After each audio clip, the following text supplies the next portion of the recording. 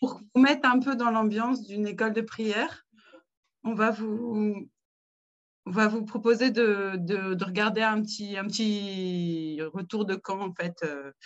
Donc, je vais essayer de partager mon écran. Pour te rendre grâce, nous t'offrons ce pain, ce vin.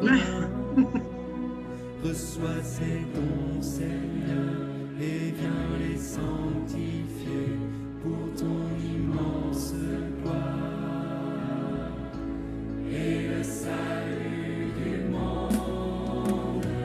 Ô Père, Dieu du ciel, Il y a quelqu'un qui s'appelle. sois béni à jamais.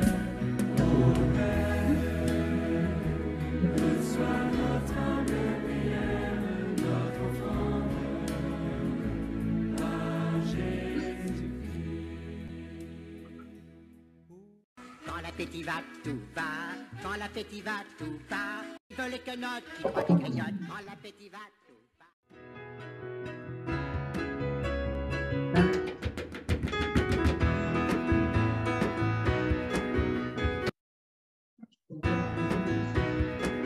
C'est ça, c'est ça qu'on leur explique.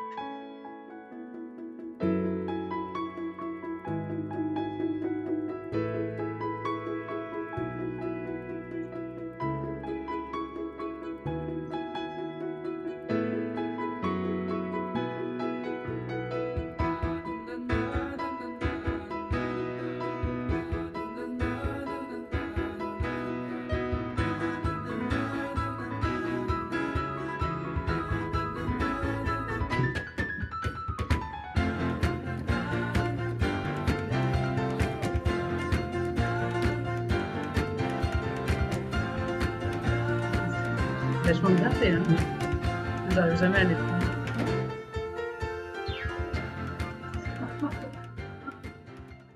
Quand l'appétit va, tout va. Quand l'appétit va, tout va. Vive les quenottes qui croient qu'ils grignotent. Quand l'appétit va, tout va.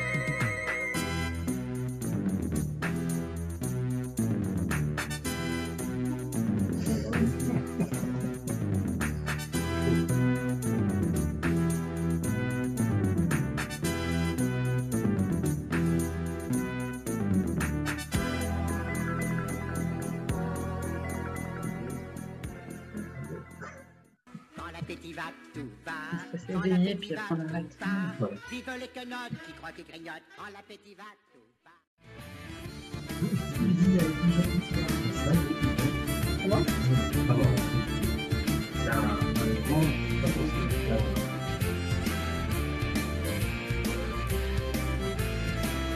Wie wil horen een historie al van een jonge smid die verbrandt dat zijn memorie dagelijks bij het vuur verhit. Was ik nog de mijne naam, er was ik nog met geweld op mijn aanbelt. Geef de bras van al dat sneden, ik ga naar de Franse zwier. Ik wil mij tot een trouw begeven, nooit een schoner vrouw gezien. Was ik nog de mijne naam. was ik nog met geweld op mijn naam belt. Het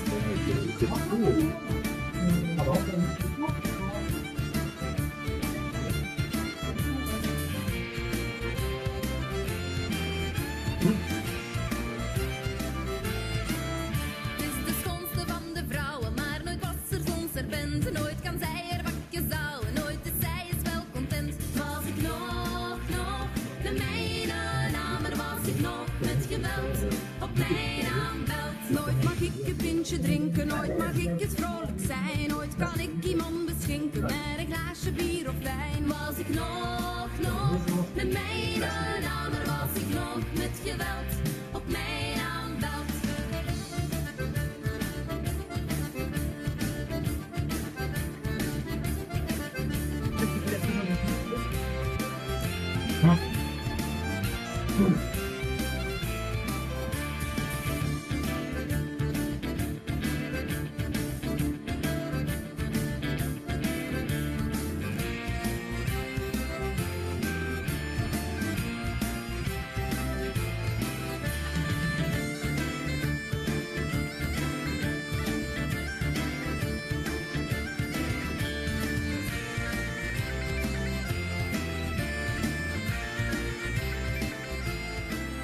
Geen de bras van alle trouwen werd ik maar eens.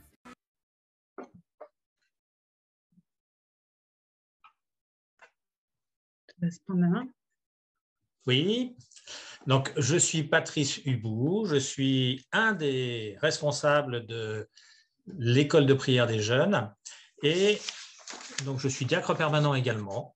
Alors je vais donner simplement la parole aux autres pour qu'ils puissent se présenter les uns après les autres puisqu'on va intervenir à tour de rôle. Donc à mon côté, Bonjour, donc Marion Marteau, et ben, je participe à la préparation de l'école de prière donc, depuis quelques années et puis également du coup comme animateur l'été.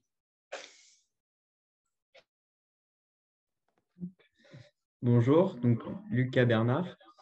J'ai été du coup jeune à l'EPJ pendant plusieurs années et depuis du coup cette année, depuis 2021, du coup je suis animateur pour un camp chaque été.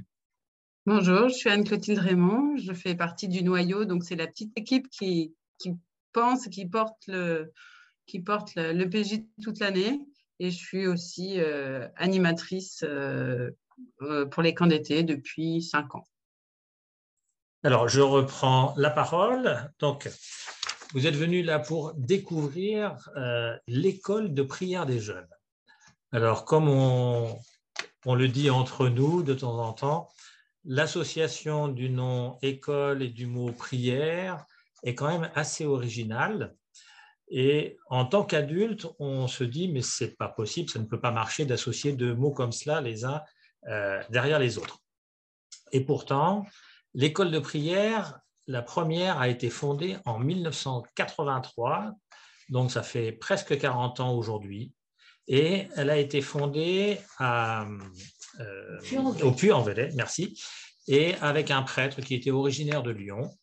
Et l'intuition, c'était de pouvoir permettre à des jeunes de pouvoir se mettre à l'école de Jésus.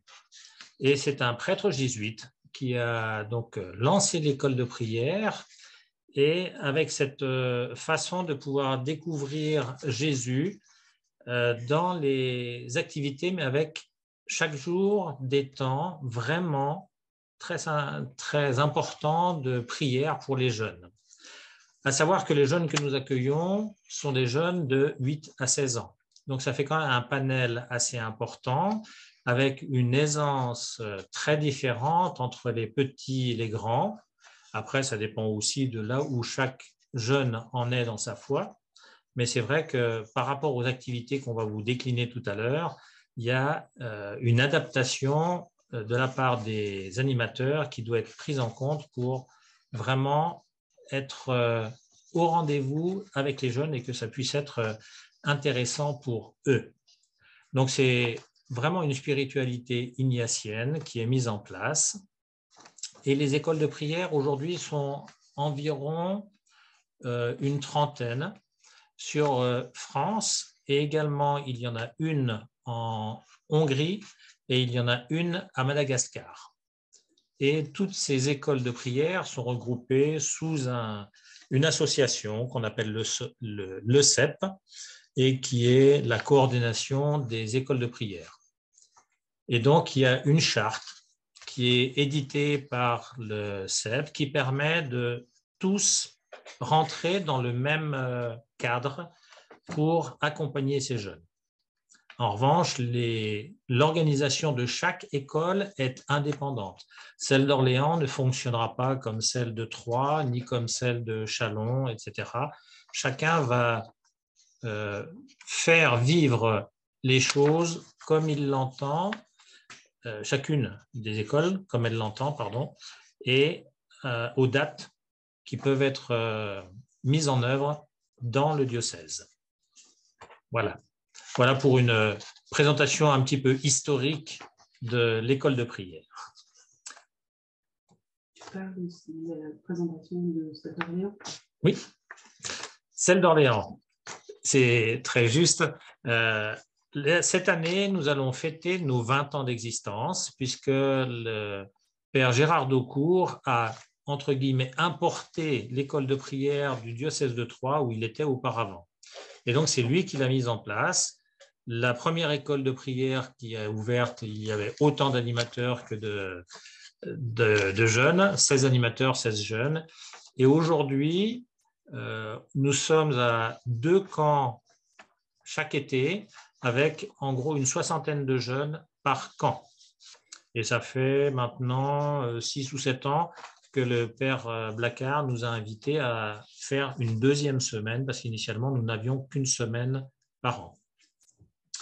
Donc voilà, les camps pour notre diocèse sont toujours en été, et c'est en général la dernière semaine de juillet et celle qui la précède, sauf cette année où là, nous serons du 10 au 17 juillet et du 17 au 24 juillet. Le lieu où nous donnons ces camps pour les jeunes, c'est à l'école Saint-Louis à Montargis, qui a le gros avantage de pouvoir offrir un internat. Donc, on a toutes les conditions idéales pour pouvoir accueillir les jeunes. On a le grand bonheur de pouvoir bénéficier aussi d'une restauration, ce qui n'est pas le cas dans toutes les écoles de prière. Et du coup, les jeunes arrivent le dimanche après-midi pour terminer le dimanche après-midi suivant. Et on va vous dire tout à l'heure un peu comment le découpage de la semaine se fait. Et le maître mot qu'on peut donner, en tout cas la devise, c'est pour toutes les écoles de prière, c'est « Mettez-vous à mon école, car je suis doux et humble de cœur ». Voilà. Je prends la suite. Alors, comme vous avez pu voir un peu sur la vidéo, il y a les camps se partagent en différents temps, des temps spirituels et des temps plus ludiques, plus festifs, plus fraternels. Et comme le thème de cette journée, c'est la rencontre personnelle avec le Christ, on va vous expliquer comment est-ce qu'on essaye d'être à l'initiative de cette rencontre pour les jeunes. Il y en a qui ont la foi bien ancrée, puis il y en a qui découvrent vraiment du fait de leur petit jeune âge ou de leur milieu qui est moins porteur pour la rencontre de Jésus. Donc, tous les matins, il y a le temps de la parole. Et le temps de la parole, il est soutenu par un livret qu'on prépare chaque année avec soin. Et dans ce livret, chaque enfant trouve le texte du jour. Je ne sais pas si vous voyez bien, mais l'évangile du jour. Et puis, des questions qui s'y rapportent, qui font voilà, qui les font avancer avec, autour de l'évangile du jour. Donc, le matin, on se retrouve après le petit déjeuner. Il y a un temps d'accueil de la parole qui commence par un temps de louange où on découvre tous ensemble l'évangile du jour. Et puis, il y a un enseignement qui est proposé aux jeunes, un enseignement qui se veut très interactif en fait pour que les jeunes puissent puissent appréhender toutes les notions du texte. Et puis, alors souvent, quand on pose des questions, c'est souvent les plus jeunes qui lèvent le doigt, qui sont contents de répondre aux questions. On pose des questions très, très simples. Et de questions simples en questions simples, on aborde des thèmes un peu plus sérieux. Et donc, voilà. Donc, tous ensemble, donc il y a un temps de louange, un temps d'enseignement, et après, chaque équipe se sépare. Et on propose aux enfants un temps de désert. Alors, ça peut faire un peu peur, hein. D'ailleurs, il y en a qui ne sont pas très, très à l'aise au départ.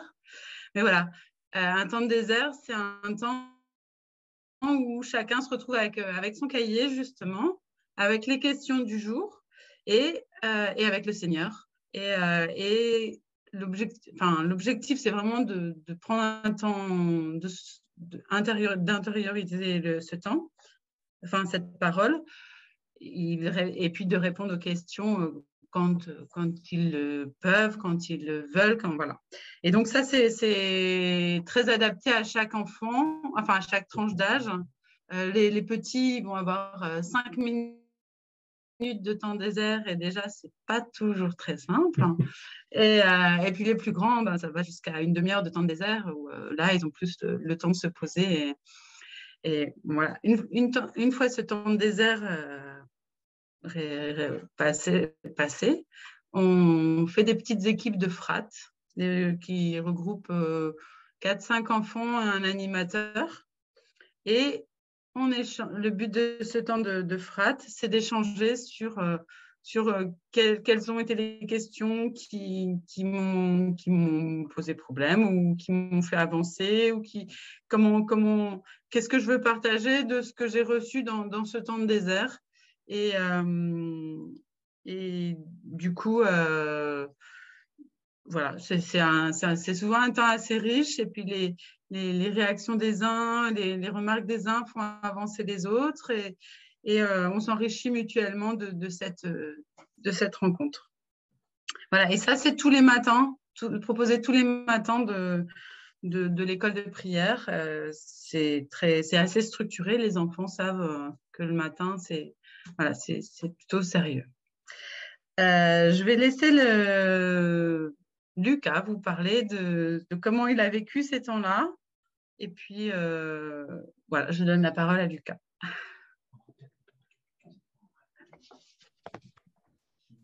En tant que jeune, ça m'a fait beaucoup de bien.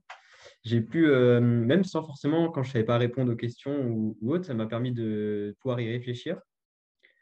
Et puis après, il y a eu justement ce temps de frat, comme ça a été dit, qui permet d'échanger, puisque chaque personne apporte une vision aussi un peu différente de comment il a réfléchi à telle ou telle question. Et puis, ça nous aide aussi du coup à grandir dans la foi, parce que moi, j'ai plutôt une foi, je vais régulièrement à la messe, mais j'ai beaucoup de choses encore que j'apprends dans la foi. Et puis, c'est vrai que cette année, en tant qu'animateur, c'était aussi d'aider, du coup, moi aussi à mon tour, les plus jeunes à apporter une réponse aussi aux questions qu'ils peuvent avoir, ou toutes les interrogations qui peuvent éventuellement se poser. Alors après, en effet, alors moi, je n'ai jamais vécu le temps j'allais dire, en tant que jeune, ces temps-là. Je l'ai toujours vécu comme animateur. Et alors déjà, un point important qui est que finalement, nous, on est aussi en désert quand ils sont en désert. Alors, on veille quand même au grain, hein, naturellement. Mais du coup, c'est un temps d'enrichissement qui est aussi personnel. Et en fonction des tranches d'âge, c'est toujours extrêmement intéressant parce que les plus petits, les plus grands ne vont pas du tout avoir les mêmes réactions, les mêmes questions. Et ben finalement, ça va nous forcer aussi, nous, à des fois sortir de notre zone de confort et à se poser des questions. Donc, c'est vraiment un temps qui est... il y a vraiment un enrichissement mutuel avec les enfants qui est extrêmement intéressant pour tout ça. Et vraiment, ce sont des beaux moments. Et naturellement, pour qu'il y ait aussi, c'est vrai qu'on n'a pas dit qu'il y ait quelque chose qui se renouvelle, les textes, naturellement, ne sont pas les mêmes d'une année à l'autre et on va les changer en fonction du thème de l'année qui va être choisi, ce qui permet aussi de se renouveler, parce qu'on a beaucoup d'enfants qui reviennent d'une année à l'autre, donc il faut quand même, on ne va pas leur faire travailler la même... De 8 à 16. Voilà, il y en a qu'on nous fait 8 ou 9, des EPJ, donc on essaye que justement, ils puissent avoir quelque chose de très varié.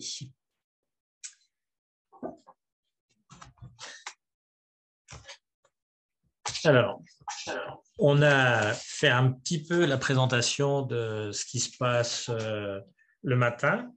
Alors, ce qu'on va vous proposer, c'est maintenant de réagir un petit peu à ce qu'on vous a donné à voir de l'EPJ et puis surtout ne pas hésiter à nous poser des questions.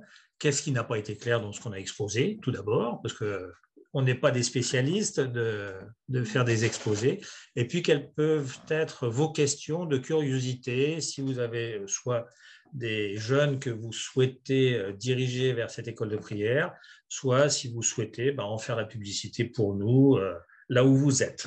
Alors, n'hésitez pas à prendre la parole et puis à nous le dire.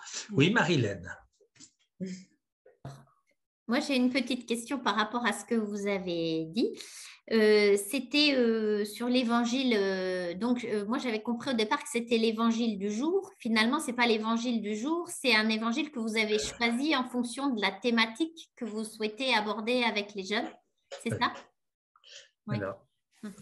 Oui, je n'ai pas été très claire, effectivement. Chaque année, il y a un thème. Sur la petite vidéo que vous avez vue, le thème, c'était à table avec Jésus. Donc, c'est pour ça qu'il y avait quand l'appétit va, tout va. Enfin, voilà, c'était...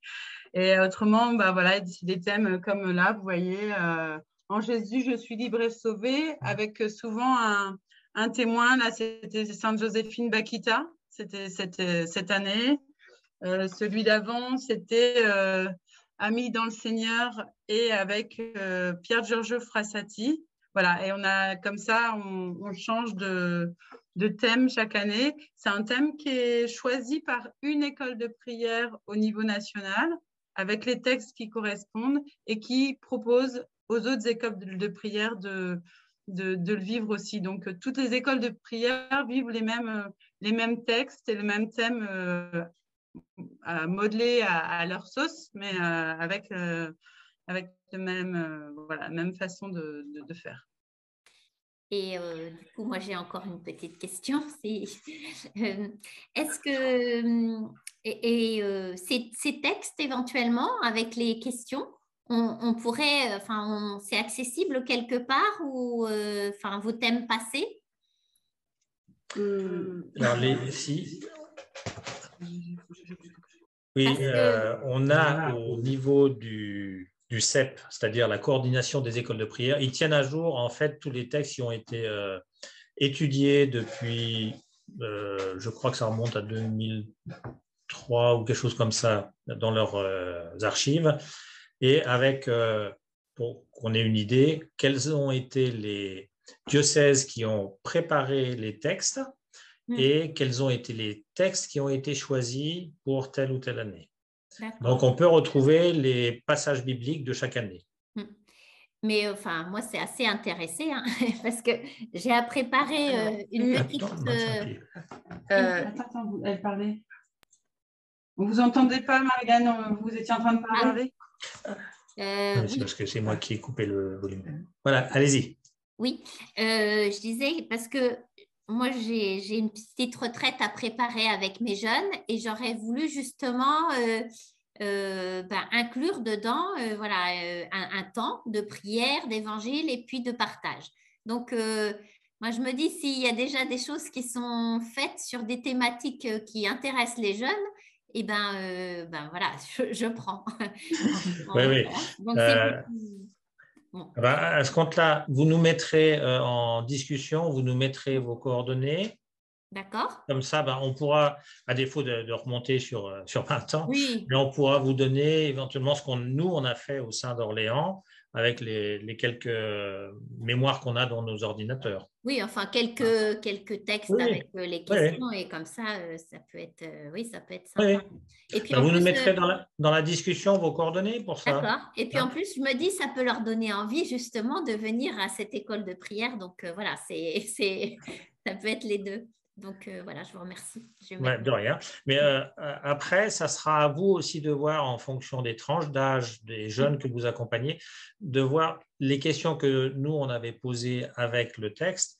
Est-ce que ces questions vont être adaptées aux jeunes avec lesquels vous serez? Moi, là, c'est préparation profession de foi. Donc, c'est des 6e. Oui, d'accord.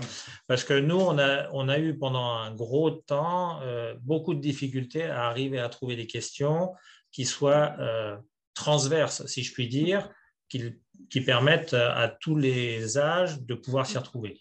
Et en fin de compte, on a fini par adopter depuis peu le fait d'avoir des questions différentes pour les plus petits par rapport aux plus grands.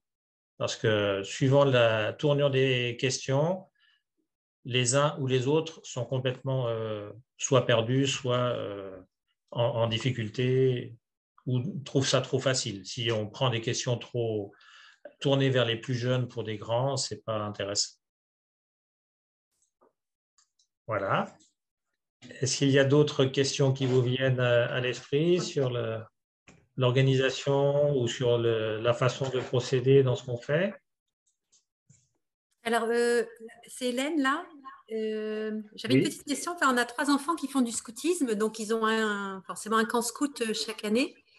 Alors, quand on voit les vidéos, c'est très attrayant, mais peut-être que ça fait beaucoup de cumuler 2 camps comme ça l'été, peut-être un peu trop. Voilà, c'était juste une question, savoir si vous arrive d'avoir des enfants qui cumulent comme ça plusieurs camps l'été. Alors, je ne vous entends pas, vous avez coupé votre micro. Moi, du coup, à titre personnel, j'ai été scout aussi et ça m'est arrivé de cumuler l'EPJ, de finir l'EPJ un dimanche et de partir le jour même en camp scout. On est un peu fatigué à la fin, mais ça se fait très bien. Ou dans l'autre sens aussi, mais ça se fait très bien. Après, c'est vrai qu'il y a eu des années où du coup, je n'ai pas pu faire l'EPJ parce que les dates de camp et d'EPJ tombaient en même temps. J'ai dû faire un choix. Et du coup, j'étais à mes camps scouts. Mais c'est possible. D'accord, ça vous a motivé quand même? Il faut savoir que les conditions de vie à l'EPJ sont un peu plus confortables qu'en camp scout. Il y a des douches chaudes, il y a des lits, il y a un repas bien cuit. Donc, c'est peut-être un peu moins fatigant qu'un camp scout, je pense. On reprendra les questions un peu plus tard. On va poursuivre un peu là. Hélène? Non, c'est parfait. Merci beaucoup. Réagir? Merci beaucoup pour vos réponses. Ah, bon. Vous m'entendez? Allez-y. Vous m'entendez ou pas? C'est juste pour vous dire merci, c'est tout. De rien. Donc, la semaine, elle est construite aussi comme une montée vers Pâques. Et du coup, on vit des moments forts tout au long de la semaine. Alors, le premier jour, c'est le thème de l'accueil. Le deuxième jour, c'est Marie, c'est une découverte de Marie plus. Et puis après, voilà, on va commencer un chemin vers Pâques avec le mercredi la réconciliation, un temps de réconciliation où on essaye vraiment de mettre la réconciliation à la portée des enfants, à la portée des petits, à la portée de ceux qui ne sont jamais allés se confesser. Donc, on essaye toujours de de trouver des trucs, des trucs pour que ça soit adapté. Alors, je vais vous montrer une photo pour que vous voyez un peu le. Alors, il faut que je retrouve comment on fait, mais je vais y arriver. Ah oui, partager l'écran. Hop, ça, c'est pas ça. Du coup, aller chercher ton dossier. Voilà, mon dossier. Et, donc, la réconciliation. Donc, voilà, il y a des. Voilà, une jeune fille qui prépare son temps de réconciliation. Et puis, les temps de réconciliation avec les prêtres dans un cadre plutôt agréable. Voilà. Et si je voulais vous montrer celui d'avant, hop, hop, voilà. Et là, on a cet été, on avait des bracelets comme Sainte Joséphine Bakhita pouvait avoir des bracelets d'esclaves. Donc, il y avait un bracelet gris qui était le bracelet où les enfants marquaient leur péché, et un bracelet doré où les enfants marquaient leur talent, les actions de grâce qu'ils pouvaient avoir, les belles choses qui pouvaient leur arriver. Et du coup, vous voyez, les bracelets gris sont devenus des petits cailloux au bas du chemin. Avec ta souris. Ah oui, je peux montrer avec ma souris. Ouais. Voilà. Les petits cailloux au bas du chemin, c'est des bracelets gris avec tous les péchés, avec tout ce qui était lourd à porter. Et puis les bracelets dorés, c'est ce qui nous éclaire sur le chemin, c'est qui fait qu'on est plus lumineux, et guidé par l'Esprit Saint qu'on voit au-dessus. Et dans le sac à dos, il y avait une petite phrase pour avancer. Et donc, on essaye, voilà comment on essaye en fait chaque année de renouveler une autre façon de vivre le sacrement de réconciliation. Donc, ça, c'est le mercredi, le sacrement de réconciliation. Le jeudi, on vit un temps une nuit d'adoration, puisque c'est le jeudi saint, une nuit d'adoration. Alors, c'est là aussi, c'est très adapté à tous les âges, où on propose à chaque enfant de faire une demi-heure d'adoration pendant la nuit. Alors, les petits font la tranche horaire 22h, 22h30. Et puis, les autres, selon leur choix, selon leur fatigue aussi, on va venir les réveiller et puis les accompagner pour qu'il y ait un temps d'adoration. Et c'est un temps assez fort pour tout le monde. Les enfants attendent ça avec impatience. Ils savent que… Et quand on n'arrive pas à les réveiller, ils sont très déçus le lendemain. Voilà, donc ça, c'est le jeudi saint. Et le vendredi saint, je vais vous montrer aussi les photos du vendredi saint. Donc voilà, un temps de vénération de la croix. On vit un temps de vénération de la croix. Alors là, c'est en condition Covid. Donc on avait mis la croix était dans l'église des Cités à Notre-Dame des Cités à Montargis. Mais autrement, voilà, il y a une vénération de la croix un peu comme ça se fait à Thésée. Alors là aussi, ça peut être surprenant. On peut se dire, c'est pas quelque chose. Enfin, quand on ne l'a pas vécu, on peut se dire les jeunes vont avoir du mal à l'investir. C'est quelque chose d'un peu qu'ils n'ont pas l'habitude de faire. Et en fait, on voit bien que c'est très fort. C'est un moment très fort pour eux de vivre cette vénération de la croix. Très émouvant. Et très émouvant aussi, ouais, il y a souvent des larmes qui coulent. Je demande à mes collègues s'ils ont des choses à rajouter par rapport à ces… Après on vit la résurrection le samedi sous forme de fête avec la veillée festive de fin de camp, avec voilà, des sketchs, un temps très joyeux et très festif. Voilà, donc je vais… Ah oui, donc par tous ces moments forts-là, on propose en fait aux jeunes d'expérimenter différentes formes de prière. Et il y en a qui seront plus à l'aise avec une forme ou une autre, mais c'est des formes de prière que propose l'Église et qui sont importantes en fait que les jeunes pour que les jeunes se l'approprient. Voilà, je vais laisser la parole à Lucas pour qu'il témoigne de... Je vais arrêter mon écran, voilà. Et je vais laisser et je vais éteindre. C'est vrai que pour moi, du coup, ces moments que ce soit du coup la nuit d'adoration, la vénération de la croix, c'est des moments que j'ai un peu l'occasion de vivre en fait qu'à l'EPJ. Donc les premières fois, c'était impressionnant parce que je ne connaissais pas du tout.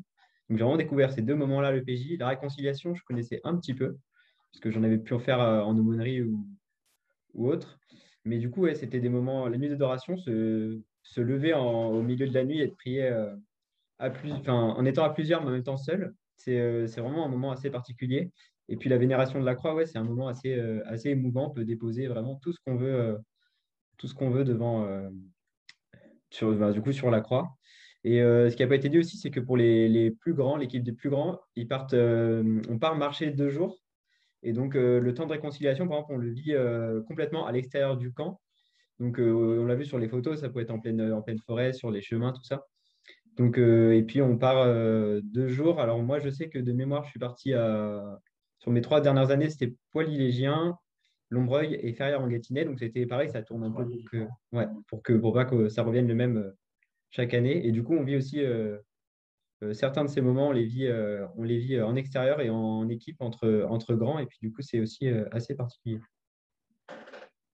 Alors, moi, je me souviens toujours de ma première EPJ parce que l'adoration, ce n'est pas forcément quelque chose que j'ai vécu quand j'étais jeune ou même un peu moins jeune. Et je pense qu'une des premières fois où j'ai dû le faire, c'était à l'EPJ. Et bon, quand on m'a présenté le truc, je me suis dit, fou là là, 8-10 ans, ça va être un peu austère, quoi. Et cette année-là, je commençais, donc j'avais un groupe de 10 ans et qui me réclame le programme de la semaine. Et leur grande question, c'était, il y a messe aujourd'hui ? Ah non. Bon, et adoration, c'est quand ? Oh oui. Et c'est assez étonnant. D'autant plus qu'elle fait suite à la messe. Et en fait, voilà, ils nous apprennent à regarder les choses de façon très différente. Et c'est vrai qu'ils sont capables de faire des choses extraordinaires.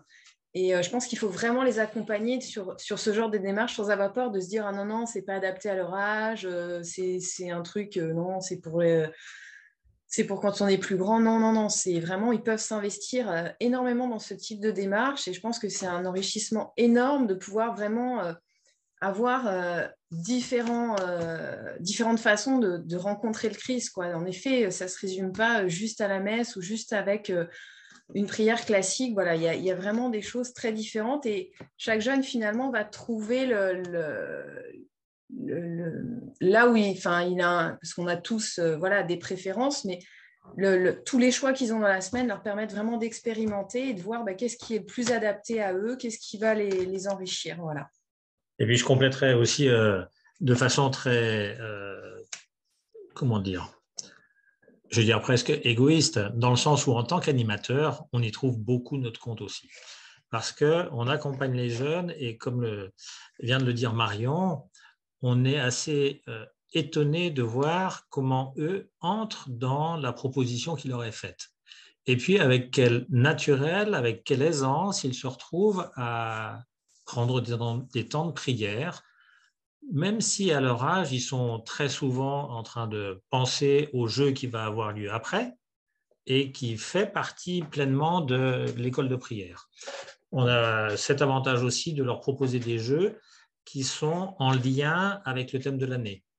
Des jeux sportifs, mais en lien avec le thème de l'année, et un jeu spirituel qui, lui, est aussi totalement en lien avec ce qu'on vit pendant la semaine.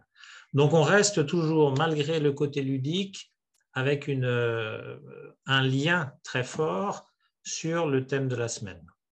Voilà, donc, moi, j'avoue qu'en tant qu'adulte, je profite pleinement et ça me fait penser un peu à la réflexion qu'on fait souvent quand on va à Lourdes. Ce sont les malades qui m'apportent le plus par rapport à ce que moi je suis capable de leur apporter. Et je dirais que les jeunes nous apportent énormément aussi dans cette façon d'être très naturelle, comme tu disais, avec une aisance, même si de temps en temps ils ont quelques propositions qui leur semblent ardues au début, mais ils y entrent dedans et c'est une très belle leçon pour nous adultes en tout cas. Voilà. J'ajouterais qu'il y a une belle fraternité qui se vit entre les jeunes et qui se traduit dans le quotidien, dans les temps d'ateliers, les veillées, les jeux et les temps de dortoir aussi. Enfin voilà, il y a une belle fraternité qui se vit entre les jeunes. Et il y a une belle fraternité qui se vit entre les jeunes et les animateurs. Et les animateurs sont... vous avez vu Lucas qui est un des plus jeunes, évidemment, qui vient juste de commencer l'animation. Et puis, il y a tous les âges jusqu'à... tous les âges et puis toutes les vocations aussi. Il y a des couples mariés qui viennent animer, il y a des célibataires, il y a des prêtres, il y a des diacres, il y a des religieuses, il y a des séminaristes, il y a des étudiants. Vraiment, c'est une belle richesse, cette diversité d'équipes d'animateurs et de vocations. Voilà.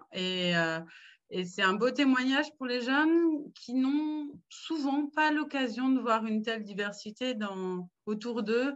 Que quand c'est des colos, c'est plutôt des jeunes qui les animent. Après, c'est des profs, il y a une tranche d'âge précise, enfin dans les profs.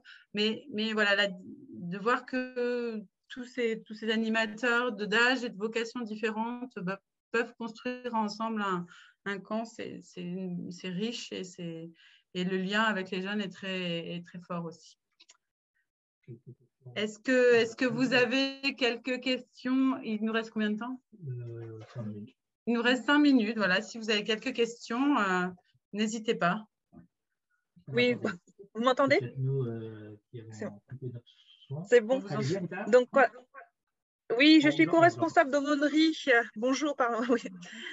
Donc, j'aurais voulu savoir au niveau des animateurs si ils doivent être majeurs absolument ou est-ce que des jeunes animateurs type lycéens pourraient éventuellement participer ou pas du tout? Alors, on essaye, tant que faire se peut, d'avoir des jeunes qui soient majeurs. Mais on a eu des jeunes qui ont été animateurs avant leur majorité, qui avaient passé le BAFA quand même, préparé le BAFA, et qui venaient pour faire la validation du BAFA. Mais systématiquement, de toute façon, les personnes, qu'elles soient adultes ou jeunes, qui viennent pour animer, la première année, on les met en double avec une personne qui a déjà de l'expérience dans l'animation pour ne pas être perdu. Parce que c'est vrai que ce n'est pas toujours facile de se retrouver devant des jeunes, particulièrement quand on vient parler de sa foi ou quand on vient essayer de faire en sorte que les jeunes puissent exprimer où ils en sont dans la foi. Donc, il y a toujours cet accompagnement. Mais on a quelques jeunes qui sont à 17 ans. Et c'est pour ça que, par exemple, Lucas, comme la plupart des jeunes qu'on a, à 16 ans, il quitte. Il y a une année de battement s'ils veulent revenir comme animateurs, de manière à ce qu'ils aient encore eu le temps de mûrir. Et en plus, quand ils sont jeunes ayant fait le PJ, de manière à ce qu'il y ait une rupture, j'aime pas le mot, mais en tout cas un écart par rapport aux autres jeunes qu'il a connus dans le PJ. D'accord. Et que ça lui permette de pouvoir installer son autorité, ce n'est pas le terme, mais en tout cas sa position d'animateur. Ben, je vais lui laisser la parole, comme ça ce sera plus simple, il pourra vous le dire. Parce que c'est vrai que moi, même cette année, en laissant une année, il y a eu des jeunes que j'ai connus du coup avec lesquels j'étais carrément dans la même équipe il y a 2 ans avant. Parce que les équipes de grands, on est souvent C'est souvent sur les 3 années. Ouais. Donc, moi, je suis de 2003, donc il y avait les 2005 aussi quand j'étais sur ma dernière année. Donc là, les 2005 faisaient leur dernière année aussi de PJ, donc j'en ai aussi connu, même en laissant une année de césure un peu. Donc, c'est bien quand même de laisser cette année pour pas vraiment passer brutalement de l'autre côté, que ce soit pour nous ou même pour les jeunes qui sont parfois même à côté de l'EPJ, nos copains en fait, dans la vie de tous les jours. Merci. J'avais une autre question. Jusqu'à présent, j'avais un commercial, entre guillemets, hein, je tiens à le préciser. Vous ne m'entendez pas? Si, c'est bon? Alors, je disais, jusqu'à présent, jusqu'à l'été dernier, j'avais, alors je dis entre guillemets, un commercial qui vendait bien l'OPJ, donc c'était le père Jean-Louis. Voilà. Et donc, voilà, avec le Covid et tout ça, j'ai envie de dire, bon, moi j'ai mon fils qui est venu à l'OPJ plusieurs fois aussi, c'est Timéo, je ne sais pas si vous voyez qui c'est, je l'ai vu sur les photos, donc voilà. Savoir pour remotiver un petit peu tous les jeunes par rapport au Covid et tout, comment on pourrait faire? Est-ce qu'il y aurait moyen éventuellement par rapport à la vidéo, si jamais on fait une rencontre avec les parents, pour leur proposer, ou est-ce que vous vous déplacez, ou comment on pourrait voir, voilà, enfin, est-ce que voir comment leur présenter le PJ, voilà. Parce que c'est vrai que bon, moi, Timéo m'en parlait quand il revenait, mais je n'avais pas toutes les infos. Jean-Louis m'en parlait aussi un peu, mais bon, voilà. Mais voilà, pour un petit peu accrocher ou raccrocher certains jeunes, voilà, pour les motiver. Peut-être que le meilleur moyen, c'est que vous veniez animer. Alors Jean-Louis me l'avait déjà proposé, donc je lui ai dit, écoute, voilà, je suis quand même pour le moment co-responsable de Monderie, j'attends un peu, mais je n'ai pas dit non, donc voilà. Mais bon. Non, mais je pense que venir pour présenter, je pense que si on s'y prend suffisamment à l'avance, on peut arriver à caler un jour pour venir présenter le PJ et donner envie aux jeunes ou aux parents de faire que le jeune lui-même puisse vivre cela. Par rapport au Covid, l'année dernière, on a été beaucoup bousculé, comme beaucoup de monde d'ailleurs, et on a été obligé de changer au dernier moment notre fusil d'épaule, de passer du système internat à Montargis au système externat sur Orléans. Donc, on a eu la chance quand même de trouver une école qui nous a beaucoup, beaucoup aidé pour faciliter la tenue de l'EPJ. Et on a fait ça du matin 8h jusqu'au soir 20h sur une semaine et 2 fois, comme on faisait à Montargis, 2 camps différents.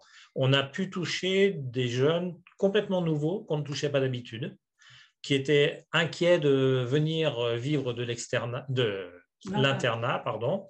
Et un certain nombre nous ont dit, pour finir, c'est pas mal, je crois que je vais m'y faire à l'internat. Donc, on a fait entre guillemets notre pub comme ça, mais c'est vrai que ça nous a permis de toucher un public nouveau parmi les jeunes. Et aussi les parents, bien sûr. Mais c'est une grosse richesse quand même. Et l'année dernière, on a organisé en 2021 avec les contraintes Covid. C'est vrai que c'est lourd, mais on a pu faire. On avait 43 jeunes et 40 sur la 2e semaine. Donc, il y a eu quand même de la perte, mais je pense que c'est la perte qu'on a eue partout sur les activités à cause du Covid. Donc, on n'a pas été plus impacté, je pense, que les autres. On a Attends, des animateurs. La plupart des animateurs sont d'Orléans. Ouais. La plupart des animateurs sont d'Orléans et on aimerait bien diversifier davantage en fait, de trouver des animateurs effectivement qui viennent d'autres coins du Loiret pour juste attirer aussi les jeunes qu'ils ont autour d'eux. C'est vrai que Jean-Louis, il a ramené beaucoup de jeunes. Il a ramené beaucoup de jeunes. Mais il n'est plus là. Donc, il faut trouver un autre relais. C'est pour ça. Donc, bon, on a le père Julien qui est avec nous maintenant, mais c'est vrai que voilà, tout se remet en route, on va dire, et j'espère que cet été, effectivement, il y aura ces 2 semaines à Montargis, ça va être sympa. Donc, c'est pour ça, voilà, peut-être commencer, bon, peut-être pas dans l'immédiat, mais voilà, à en parler. C'est parce qu'au niveau des jeunes. Vous nous contactez, vous nous donnez vos coordonnées et puis on va voir comment on peut organiser ça un soir, on peut aller… Vous êtes sur Pithiviers, c'est ça? Oui, c'est ça, Pithiviers, oui, c'est ça, oui. D'accord, parce qu'il y a aussi Madame Belkessa. Oui, Catherine, oui, on est en co-responsabilité toutes les deux au niveau de l'aumônerie. Voilà. Émilie est venue plusieurs fois à oui, l'EPJ voilà. aussi, elle est bien investie. Ouais, voilà. Oui, on en a plusieurs sur le secteur qui sont venus à l'EPJ. Et du coup, voir aussi avec le KT, les jeunes du KT. D'accord. Moi, je voudrais juste, quand vous lancerez l'appel, je veux bien recevoir les informations pour les transmettre à mes jeunes. Voilà. D'accord, avec plaisir. Est-ce que vous m'avez laissé vos coordonnées? Oui, normalement, dans la discussion, je vous ai laissé mon mail. Voilà. Ah bah super. Je vous remercie. Super. Merci beaucoup. On vous dit au revoir. Merci d'être venu.